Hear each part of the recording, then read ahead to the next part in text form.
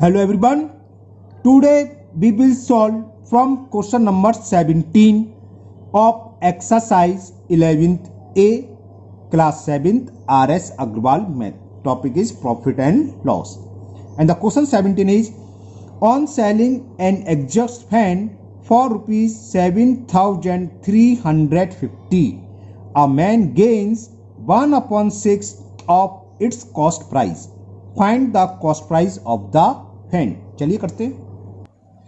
तो हमने selling price दे रखा है, तो SP of exhaust fan is equal 7,350 और गेन दे रखा है 1/6 ऑफ कॉस्ट प्राइस। तो कॉस्ट प्राइस हमें मालूम नहीं है, तो कॉस्ट प्राइस ही पूछा है, तो लिख लो let the cost price of exhaust fan is equal ₹x। तो गेन कितना हुआ? गेन होगा x का 1/6। तो गेन कितना हुआ? Gain is 1/6 x rupees. अब भाई सेलिंग प्राइस क्या होता है? सेलिंग प्राइस क्या होता है? देखो CP plus gain, cost price plus gain होता है सेलिंग प्राइस के, होता है ना। बस हो गया सवाल, वैल्यू पुट कर दो। सीपी क्या माना हमने? x और गेन कितना है? 1/6 x और सेलिंग प्राइस इज इक्वल 7,350। इसमें एलसीएम क्या आएगा? 6 और 6 का मल्टीपल x, x का मतलब x/1। तो 1 का डिवाइड 6 में करेंगे 6 आए और 6 का मल्टीपल x में, तो 6x प्लस 6 का डिवाइड 6 में 1 टाइम्स और 1 का x में, तो x is equal 7,350। 6x plus x कितने हो गए? 7x इज इक्वल 6 का क्रॉस मल्टीपल, 6 सामने जाएगा, 7,350 into 6. The value of x will be 7,350 into 6 upon 7. 7 से कैंसिल हो, देखो 7 बन जा 7, 7 बन जा 7, ना जाने की जीरो से बोलते हैं, 7 5 35 0। 6 का मल्टीपल कर दो तो x निकलाया, ये कितना आ गया? 600, 6 5 30 और 6 बन जा 6, 6300। तो cost price of exhaust fan, जो एग्जॉस्ट फैन है उसकी कॉस्ट प्राइस आ गई 6,300 rupees. It is the answer of question number 17। Now next question number 18। And the question 18 is Mohit sold a watch to Karim at a gain of 10%। Mohit ने करीम को 10% profit लेते हुए watch को बेच दिया। करीम सोल्ड इट टू रहीम, करीम ने रहीम को बेचा एट अ गेन ऑफ 4% लेते हुए प्रॉफिट लिया। इफ रहीम का पे दे रखा कि रहीम ने कितना पेड करा? 14,300 rupees for it. For how much did Mohit purchase it? तो हमें बताना है मोहित ने कितने में खरीदी। तो लेट, दो बार लेट लिख लिया, चलो लेट मोहित परचेज क्या थी? क्वेश्चन नंबर 18 वॉच है, तो let Mohit purchase watch at ₹x। x मान के सारे सवाल हो जाते हैं थोड़े लंबे हो जाते हैं, 100 मानने से कैलकुलेशन इजी हो जाती है। इस सवाल को मैं x मान के कर देता हूं और कोई सवाल मैं 100 मान के कर दूंगा। अब चलो यहां देखो, दोबारा से सवाल पढ़ो। क्या कह रहा है ये कि on Mohit sold a watch to Karim at 10% profit. तो एट 10% गेन, सेलिंग प्राइस निकाल लो। SP selling price of watch क्या होगा? सेलिंग प्राइस क्या होता है? सीपी इंटू 100 प्लस, फॉर्मूले याद होने चाहिए, बहुत तुरंत रहता है, गेन परसेंट अपॉन 100। तो सेलिंग प्राइस ये निकलेगा। सीपी हमने कॉस्ट मान ली, मोहन ने जो घड़ी खरीदी, मोहित ने जो खरीदी x रुपीज की, तो कॉस्ट प्राइस हो गया x ब्रैकेट में 100 प्लस 10%। तो गेन परसेंट की जगह क्या आएगा? 10 अपॉन 100। तो ये हो गया x इंटू 100 प्लस 10, तो सब जानते हो, अपॉन 100।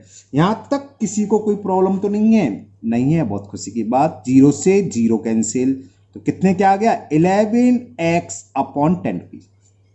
ये सेलिंग प्राइस होगी किसके लिए, सेलिंग प्राइस फॉर मोहित, मोहित ने बेची है ना। तो SP फॉर मोहित यहां लिख देता हूं मैं, SP फॉर मोहित,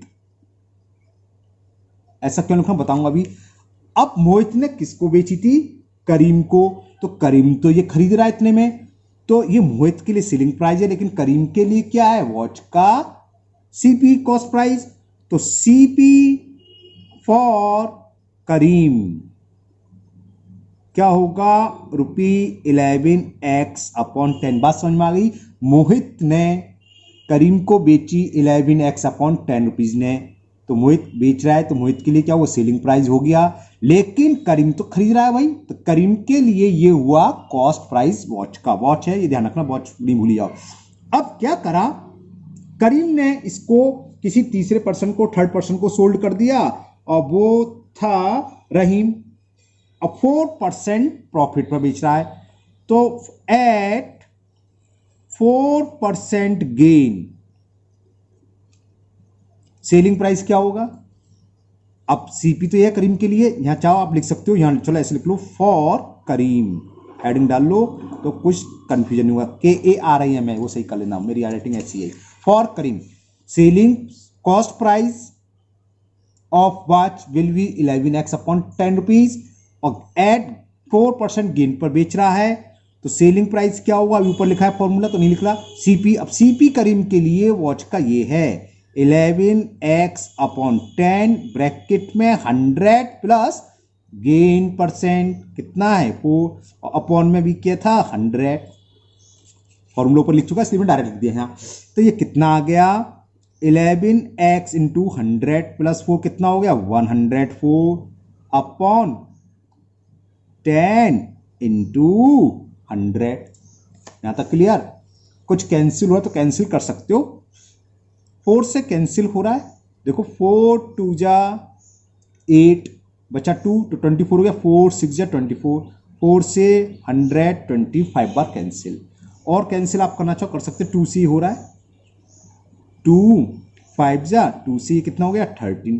तो क्या बचा ये सेलिंग प्राइस वॉच की आ गई 11 इंटू ये है 13 और ये x ये इंटू ये सब x अपॉन 5 इंटू 25। आखिर में कैलकुलेट नहीं कर रहा, क्यों बताऊंगा। करीम ने किसको बेची है, करीम ने ये बेची है रहीम को, है ना। तो ये सेलिंग प्राइस तो करीम के लिए हुआ, तो for Rahim cost price of watch for Rahim, ये रहीम के लिए क्या हुआ, रहीम खरीद रहा है इससे, तो cost price of watch for Rahim will be this into this, इसके इक्वल होगा। और ये हमें गिवन है कि रहीम ने कितने रुपए दिए 14,300, यानी कि ये सारी वैल्यू किसके इक्वल होगी, लिखना चाहो लिख सकते हो according to question. Cost of watch for Rahim ये है 11 into 13 into x upon 5 into 25, ये इक्वल है 14,300 रुपीज। तो बस कैलकुलेट करके एक्स की वैल्यू फाइंड कर सकते हैं। तो value of x is 14300, cross multiple 5 into 25 upon 11 into 13। देखो 13 बन जा 13 से काटा 13 बन जा 13, कैरी यहाँ गया 13 हो गया, 13 बन जा 13 0, 11 से ये 100 बार कैंसिल, 25 5 जब 125 होते हैं और 2 0 ये, तो x की वैल्यू ये आ गई। x क्या था, x था हमने माना था कि let Mohit purchase watch at x rupees, तो मोहित ने कितने रुपया परचेज करी, तो ये हो गया आंसर आ गया। ये पूछना था कि Mohit purchase watch at rupee 12,500 rupees. It is the answer of question number 18। Okay समझ में आ गया। अब आगे क्या है, इससे थोड़ा थोड़ा स्टेप बाय स्टेप लेंदी हो गया क्वेश्चन, लेकिन सिंपल है, कंसेप्ट क्लियर होना चाहिए। एक ने बेचा दूसरे को, तो दूसरा तो खरीद रहा है, तो पहले के लिए जो सेलिंग प्राइस है वो दूसरे के लिए क्या होगा, कॉस्ट प्राइस। फिर दूसरे ने तीसरे को बेच दिया। अब जितना ही परसेंट गेन पर बेच रहा हो फॉर्मूला वही लगता रहेगा, जो दूसरे के लिए कॉस्ट प्राइस आएगा, जितना ही परसेंट गेन पर बेच रहा हो फॉर्मूला लगाते जाओ, एसपी निकाल लो।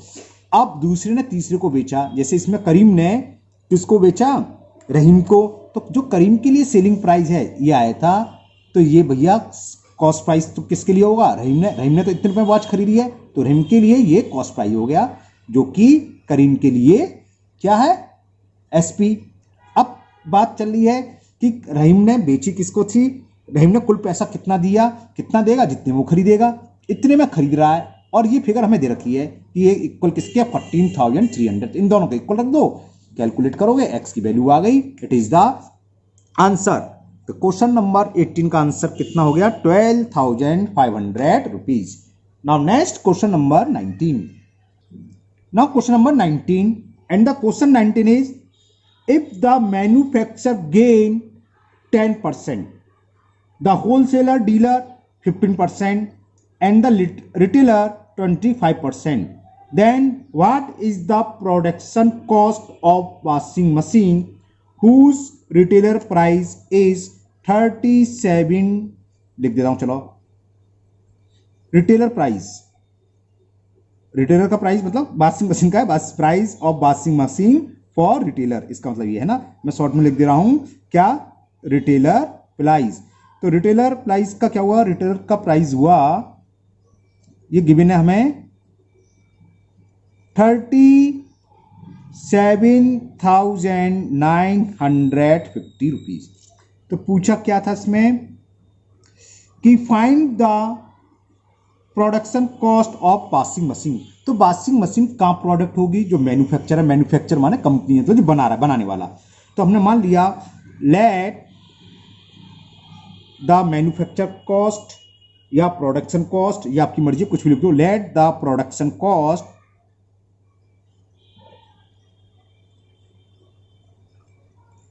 ऑफ वॉशिंग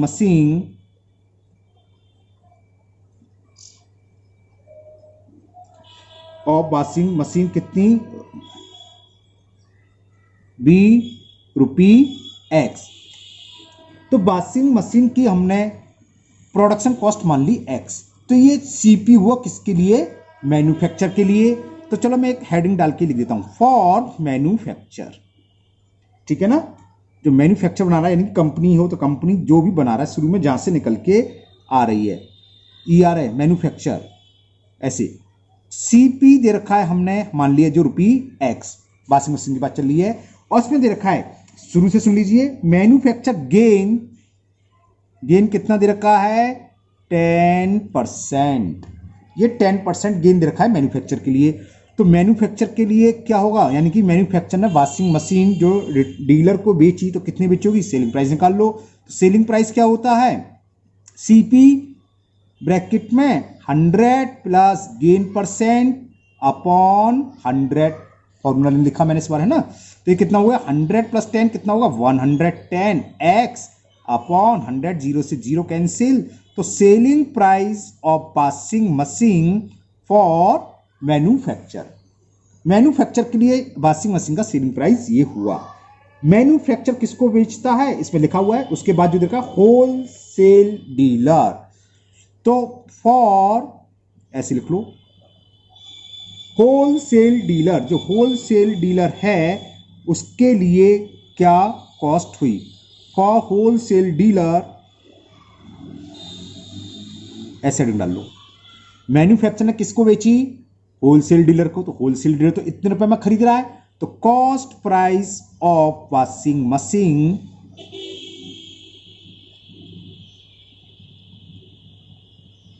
किसने इक्वल हुई, इसके equal 11x upon 10 rupees. Clear. अब होलसेलर ने रिटेलर को बेची, कितना प्रॉफिट करा ये दे रखा है, गेन दे रखा है इसमें 15%। तो आपको समझ में आ गया। अब होलसेलर के लिए सेलिंग प्राइस निकालने की, होलसेलर ने कितने रुपए में वॉशिंग मशीन बेची, किसको डीलर को, तो रिटेलर को, सॉरी। तो निकालते हैं सेलिंग प्राइस ऑफ मशीन, लिख दे रहा हूं, है ना, वॉशिंग मशीन लिखना आप लोग पूरा, क्या होता है सीपी कितना आया 11x/10 ब्रैकेट में 100 प्लस गेन परसेंट और अपॉन 100।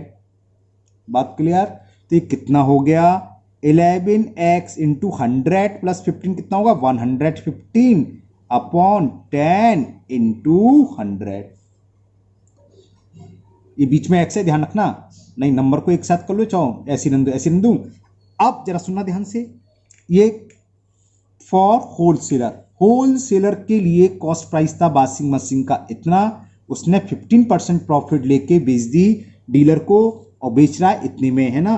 तो डीलर के लिए जो होगा कॉस्ट प्राइस कितना होगा, डीलर नहीं रिटेलर, सॉरी रिटेलर के लिए, एंड द रिटेलर 25% प्रॉफिट। थोड़ा बड़ा हो गया, अब लिख लो फॉर, आपके लिए लिख रहा हूं हेडिंग जिससे कि आपको समझ में आ जाए, फॉर रिटेलर।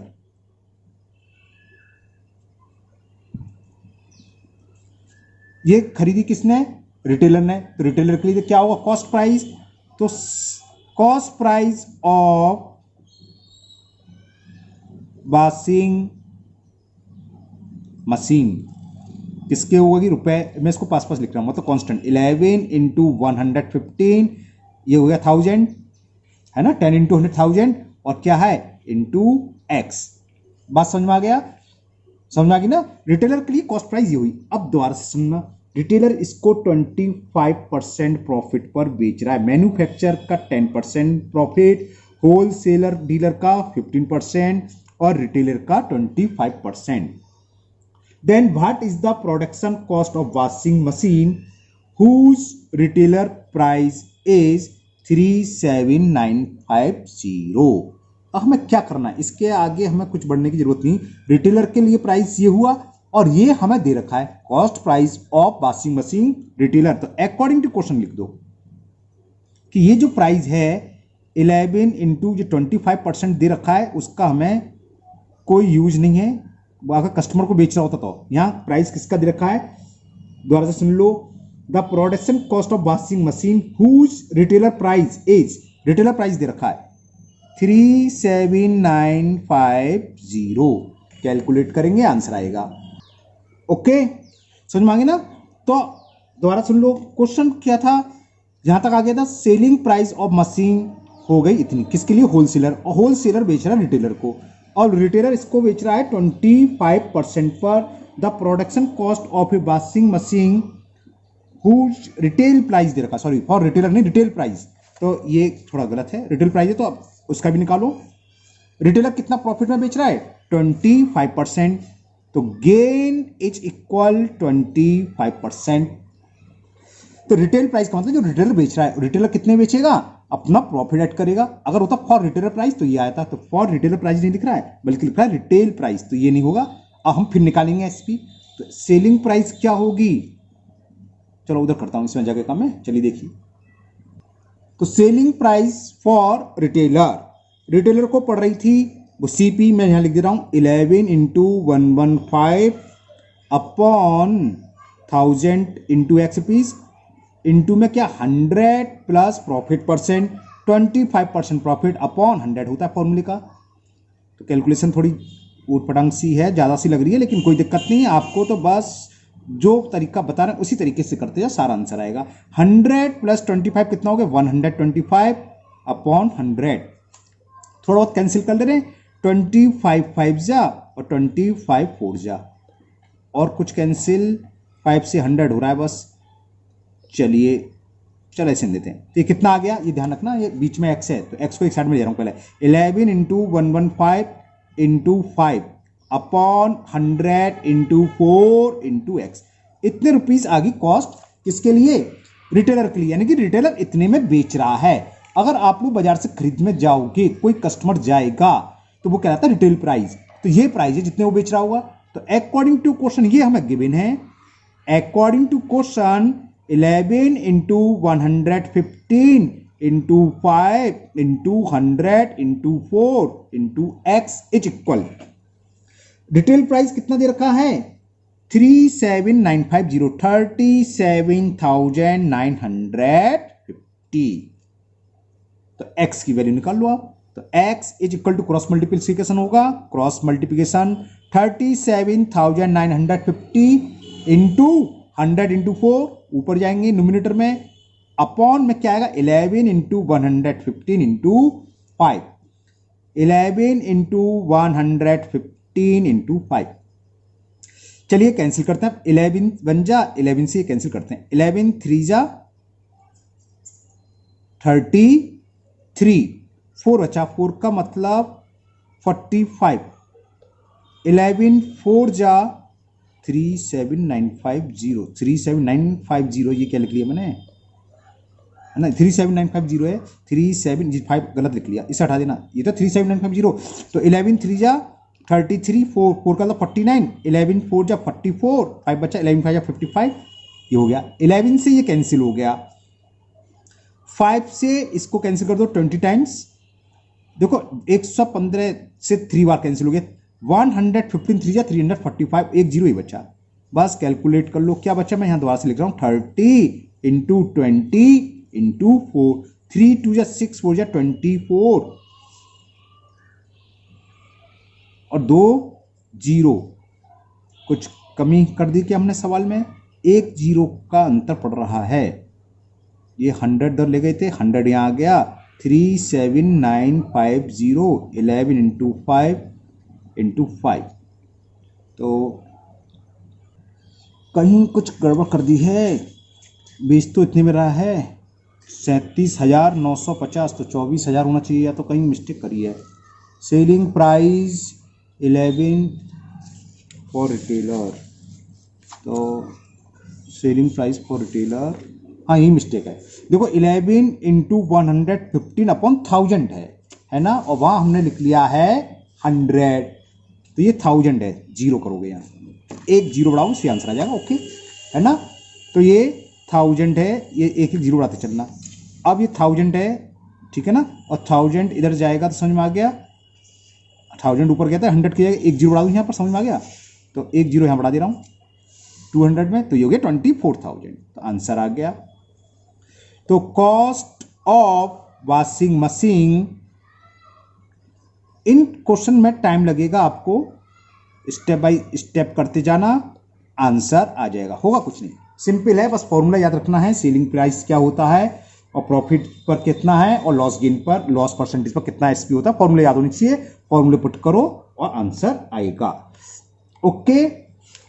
तो अभी तो आपके ये क्वेश्चन नंबर 19 हुए, इस वीडियो में हम इतने ही क्वेश्चन करते हैं, अब 3 क्वेश्चन रह गए आपके 20, 21 एंड 22, वो हम नेक्स्ट वीडियो में करेंगे, है ना। मुझे उम्मीद है आपको ये क्वेश्चन अच्छे से समझ में आ रहे होंगे, लेंदी हैं लेकिन सिंपल हैं, फॉर्मूले बेस पर है ना, तो आप इसे करिएगा पूरी कंप्लीट, और अगर वीडियो पसंद आई तो लाइक करिए, साथ ही इस वीडियो को अपने दोस्तों को भी शेयर करिए, जिससे कि वो भी इस वीडियो का फायदा उठा सकें। अगर आप लोग पहली बार चैनल पर आए हों तो चैनल को सब्सक्राइब करना ना भूलें, साथ ही बेल आइकन को और जरूर पुश कर दें, जिससे कि इसके आगे के जो वीडियो मैं अपलोड करूंगा वो आपके मिस ना हो। फिर मिलते हैं नेक्स्ट वीडियो में, thank you, have a nice day.